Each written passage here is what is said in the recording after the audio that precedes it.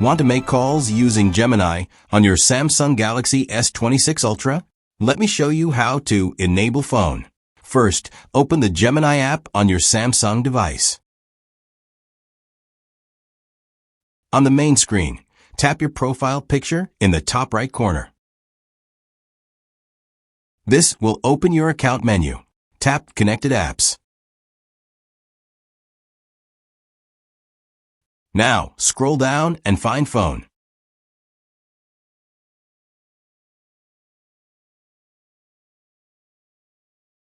You'll see a switch next to it.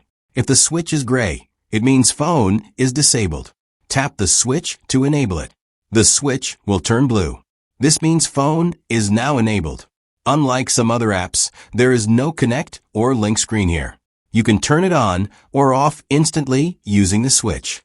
Once enabled, you can use Gemini to make calls more easily. If the switch is already blue, tap it again to disable.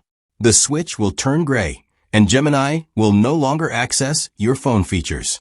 And that's how to enable or disable phone in Gemini on your Samsung Galaxy S26 Ultra.